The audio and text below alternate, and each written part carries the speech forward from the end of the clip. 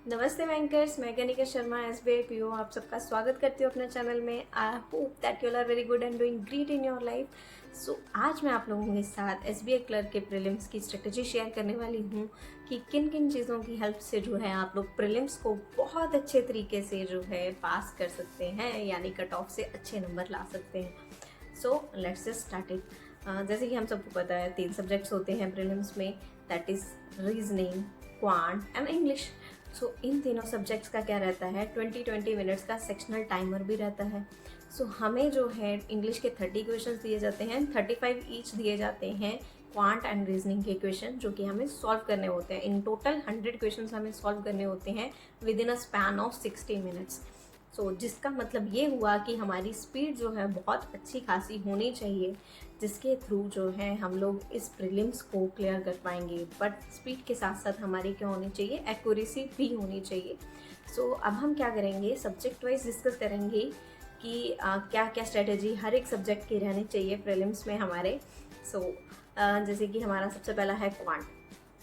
सो quant में हमें क्या करना होता है, बेसिक से हमारी कैलकुलेशंस को बहुत ज़्यादा अच्छे से हमें प्रैक्टिस करना होता है। बेसिक कैलकुलेशंस क्या हो गई हमारी, डिवीजन, एडिशन, सब्ट्रैक्शन और मल्टीप्लिकेशन।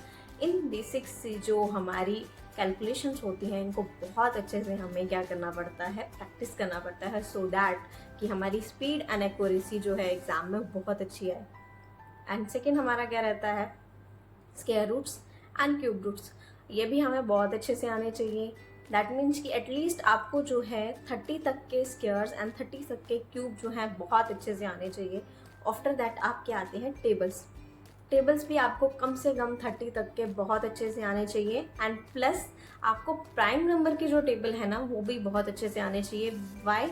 क्योंकि ये जो प्राइम नंबर के टेबल्स होते हैं वो बहुत ज़्यादा रेलिवेंट हैं और बहुत ज़्यादा फ्रिक्वेंटली पूछे जाते हैं एग्ज़ाम में। बिकॉज क्या रहता है कि ये किसी और के टेबल में तो आएंगे नहीं, ये सिर्फ और सिर्फ अपने टेबल में आएंगे, एंड 1 के टेबल में आएंगे, 1 से ही डिविजिबल है। सो इस तरह से एग्जामिनर जो है बहुत बड़ी आप लोगों को टेस्ट करता है।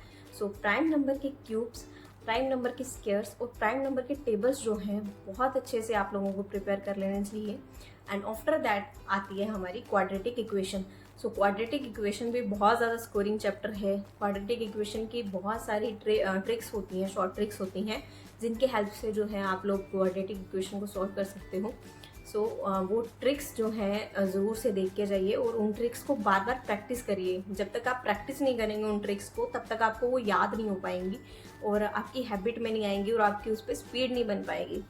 क्वाड्रेटिक इक्वेशन की ट्रिक्स जो हैं वो देखिए और प्लस उसका बेसिक भी याद रखिए, क्योंकि कुछ ऐसे क्वेश्चंस होते हैं जो कि ट्रिक्स के थ्रू सॉल्व नहीं हो पाते हैं।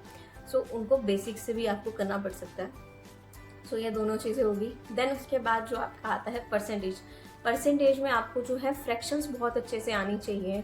बहुत फ्रिक्वेंटली आपको फ्रैक्शंस को यूज़ करना चाहिए। जैसे 25% है तो 1/4 हो गया हमारा, 20% है तो 1/5 हो गया। इस तरह की फ्रैक्शंस को बहुत ज़्यादा आपको फ्रिक्वेंटली जो है यूज़ करना चाहिए, जिससे आपकी स्पीड और एक्यूरेसी बहुत अच्छी रहती है एग्ज़ाम के दौरान। देन आफ्टर दैट आपके रहते हैं ratios and proportions. Ratios and proportions भी बहुत ज़्यादा पूछा जाता है। DIs में भी बहुत हेल्प होती है रेशियो एंड प्रोपोर्शंस के थ्रू आपको। रेशियो एंड प्रोपोर्शन पे भी बहुत अच्छी कमांड अपनी बना लीजिए। बहुत इजी से बेसिक से टॉपिक्स हैं ये, मतलब इतने टफ नहीं हैं जो कि आप लोग नहीं कर पाओ, बहुत इजी से हैं और इनको बहुत बार बार आपको क्या करना होता है, प्रैक्टिस करना होता है। प्रैक्टिस करने से ना ये चीज़ें आपको ईजी, बहुत ज़्यादा ईजी लगेंगी और आपकी स्पीड भी बहुत अच्छी आएगी इन टॉपिक्स में। देन आफ्टर दैट आपकी रहती है एवरेज। एवरेज के ऊपर भी आपकी बहुत अच्छी कमांड होनी चाहिए। DIs बहुत सारी उसके साथ बन जाती हैं। अब बहुत सिंपल सी एडिशन की DIs आ जाती हैं और एवरेज की DIs आ जाती हैं। DIs को हेल्प सॉल्व करने में भी बहुत हेल्प करेंगी ये 3-4 टॉपिक आपके। जैसे आपका जो मैंने परसेंटेज आपको बताया, फिर आपको एवरेज बताया और आपको रेशियो एंड प्रोपोर्शन बताया। ये टॉपिक्स बहुत इजी होते हैं और आपको जो है, अगर आपका क्वांट अच्छा नहीं भी है तब भी आप जो है क्वांट में एटलीस्ट 25-30 क्वेश्चंस जो हैं प्रीलिम्स में बहुत इजीली सॉल्व कर सकते हो इन टॉपिक्स की बदौलत। ये स्ट्रेटजी आपको जो है क्वांट में अपनानी चाहिए। देन आफ्टर दैट जो है हम रीजनिंग की बात करते हैं। रीजनिंग में क्या रहता है हमारा, उसमें भी बहुत बेसिक से टॉपिक्स हैं जो कि बहुत मोस्ट फ्रिक्वेंटली पूछे जाते हैं। सो वो टॉपिक्स आपको अच्छे से प्रिपेयर कर लेने चाहिए। और उनमें आपको क्या चाहिए होती है, स्पीड चाहिए होती है। सो स्पीड कैसे आएगी, अगेन प्रैक्टिस से आएगी। सो उन टॉपिक्स को आपको बहुत ज़्यादा प्रैक्टिस करना चाहिए, बार बार प्रैक्टिस करो, सो दैट कि आप एग्ज़ाम में इजीली और विद इन मिनट्स आप उन क्वेश्चंस को सॉल्व कर पाओ। ठीक है।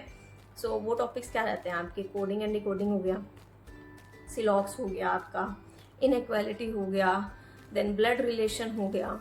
सो पजल्स हो गई, बहुत बेसिक सी जो पजल्स हैं, डायरेक्शंस हो गई। सो ये टॉपिक जो है बहुत इजी टॉपिक होते हैं और इन टॉपिक्स पे आपकी अगर कमांड बहुत अच्छी है तो आप लोग रीजनिंग में भी बहुत अच्छा स्कोर कर पाएंगे। और कमांड इसमें अच्छी कैसे होगी, अगेन प्रैक्टिस से ही होगी। इनके बेसिक्स बहुत ज़्यादा होते हैं, मतलब इजी होते हैं, इतने डिफ़िकल्ट नहीं होते हैं। अब बहुत सारे प्रैक्टिस सेट जब आप लगाएंगे ना तो आप लोग बहुत इजीली जो है इन टॉपिक्स को कर पाएंगे with speed and accuracy. So again अब हम बात करेंगे इंग्लिश के बारे में। सो इंग्लिश में क्या करना है आपको, बहुत सारे लोगों की इंग्लिश जो है वीक रहती है, इंग्लिश उनकी इतनी अच्छी नहीं होती है। और बहुत सारी क्वेरीज मैंने अपने वीडियोस के नीचे भी पढ़ी हैं कि हमारी इंग्लिश अच्छी नहीं है, उसके रिगार्डिंग कुछ टिप्स दे दीजिए। So let me be very frank to you कि इंग्लिश अच्छी कैसे होगी, जब आप बार बार उसको रीड करेंगे। रीडिंग से आपको सबसे पहले रीडिंग की हैबिट बना लेनी चाहिए। जितना आप जो है रीड करते जाएंगे और वोकेबलरी उसकी देखते जाएंगे। और क्या करना होता है, सबसे पहले तो आपको क्या कर लेना है, कुछ 15-20 जो है ना ग्रामर के रूल्स हैं, बहुत बेसिक वाले रूल्स हैं, वो ग्रामर के रूल्स एटलीस्ट आपको आने चाहिए, जिनके थ्रू क्या कर सकते हैं आप लोग, अगर आपकी इंग्लिश नहीं भी अच्छी है ना, तो सिर्फ आपको ग्रामर के अगर रूल्स ही पता है, सो आप उनके थ्रू भी बहुत सारे क्वेश्चन इंग्लिश के सॉल्व कर सकते हैं। जैसे एरर डिटेक्शन आते हैं, एरर डिटेक्शन में मोस्ट ऑफ द टाइम आपको सिर्फ और सिर्फ क्या दिए जाते हैं, ग्रामर के रूल्स के बेसिस पे ही एरर्स दिए जाते हैं। सो अगर आपको बेसिक जो है ग्रामर के रूल्स पता होंगे, सो आप उन एरर्स को जो है बहुत इजीली आइडेंटिफाई कर पाओगे। ऑल्दो अगर आप इंग्लिश में बहुत ज़्यादा अच्छे नहीं भी हो, तब भी वो जो ग्रामर के रूल्स हैं आपकी हेल्प करेंगे उन क्वेश्चन को सॉल्व करने में। आफ्टर दैट कुछ कॉम्प्रिहेंशंस आते हैं। सो कॉम्प्रिहेंशंस में आपकी क्या होनी चाहिए, रीडिंग स्पीड बहुत अच्छी होनी चाहिए। और जो कॉम्प्रिहेंशंस है ना, उसमें अगर 10 क्वेश्चंस आए हैं तो 10 में से most of the time 5 to 6 questions ऐसे होंगे जो सिर्फ और सिर्फ कॉम्प्रिहेंशन को पढ़ने से ही to the point, to the line, मतलब लाइन बाय लाइन उसके आंसर्स दिए गए होंगे। वो सिर्फ आपको कॉम्प्रिहेंशन अगर आपने रीड ही नहीं किया है तो आप उनको सॉल्व नहीं कर पाओगे।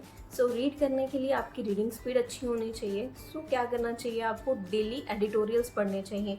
जो द हिंदू के एडिटोरियल्स आते हैं वो आप क्या करिए, अपनी हैबिट बना लीजिए, डेली आपको पढ़ने हैं उनको। और उसमें जो वोकेबलरी आपको मिलती है ना, उसको क्या करिए, साइड बाय साइड लिखते जाइए और उन वोकेबलरी के न्यू न्यू वर्ड्स को याद करते जाइए। क्योंकि मोस्ट ऑफ द टाइम ऐसे क्वेश्चंस भी 2 से 3 क्वेश्चन ऐसे भी बन जाते हैं कॉम्प्रिहेंशन में, जिसमें एंटोनियम्स एंड सिनोनियम्स ही पूछे गए होते हैं। तो अगर आपने वोकेबलरी अच्छे से पढ़ रखी होगी तो आप उन क्वेश्चंस को इजीली सॉल्व कर पाओगे। सो आफ्टर दैट इंग्लिश में पैरा जम्बल्स भी होते हैं। तो पैरा जम्बल्स को सॉल्व करने के लिए मैं आपको सिंपल सा बता सकती हूँ कि स्टार्टर्स देखना शुरू करो। स्टार्टर्स मतलब कि आपको मालूम होना चाहिए कि कौन सा वर्ड है जिससे जो है ये पैराग्राफ स्टार्ट हो सकता है। अब कंजक्शंस आपको पता होने चाहिए, जैसे जो भी मतलब एंड है। सो अब एंड से तो कोई भी पैराग्राफ स्टार्ट नहीं होगा ना, उससे पहले कोई ना कोई लाइन आई होगी, उसके बाद ही एंड यूज़ हुआ होगा। सो इस तरह से आपको कंजक्शंस पता होने चाहिए, स्टार्टर्स पता होने चाहिए। और जो कंक्लूजन वर्ड होते हैं वो भी आपको पता होने चाहिए। जैसे लिख दिया hence we can say in the end, in the meanwhile, मतलब इस तरह के जो आपको वर्ड्स हैं वो पता होने चाहिए कि वो कब यूज़ होते हैं, मिड में यूज़ होते हैं, स्टार्टिंग में यूज़ होते हैं या एंड में यूज़ होते हैं।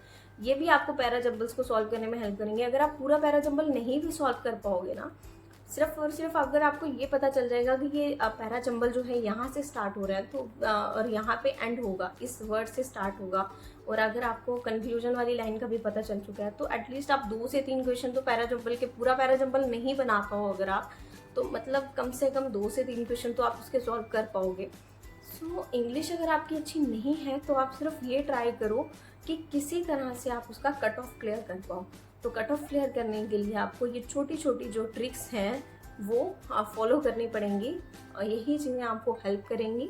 सो मेरा बस इतना सा सजेशन है आपको। और अगर इंग्लिश अच्छी नहीं है तो ट्राई करिए उसको अच्छा करने की, क्वांट अच्छा नहीं है तो ट्राई करिए, प्रैक्टिस करिए उसको अच्छा करने की, रीजनिंग अच्छी नहीं है तो उसके लिए प्रैक्टिस करिए।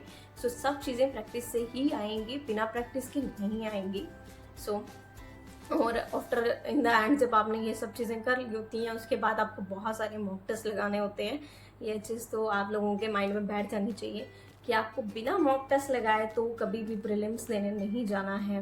बिकॉज क्या होगा कि आप जब मॉक टेस्ट लगाएंगे तो आपकी स्पीड एक्यूरेसी के बारे में आपको अच्छे से पता रहेगा कि मेरी एक्यूरेसी कितनी आती है, आप पहले से जानते होंगे और आपकी हैबिट बन चुकी होगी 60 मिनट्स बैठने की, माइंड उस तरह से ट्रेन हो चुका होगा। सो मॉक टेस्ट भी ज़रूर से लगाइएगा। So do follow these things. Hope you like this video, do like, share, comment and subscribe. Thanks for watching.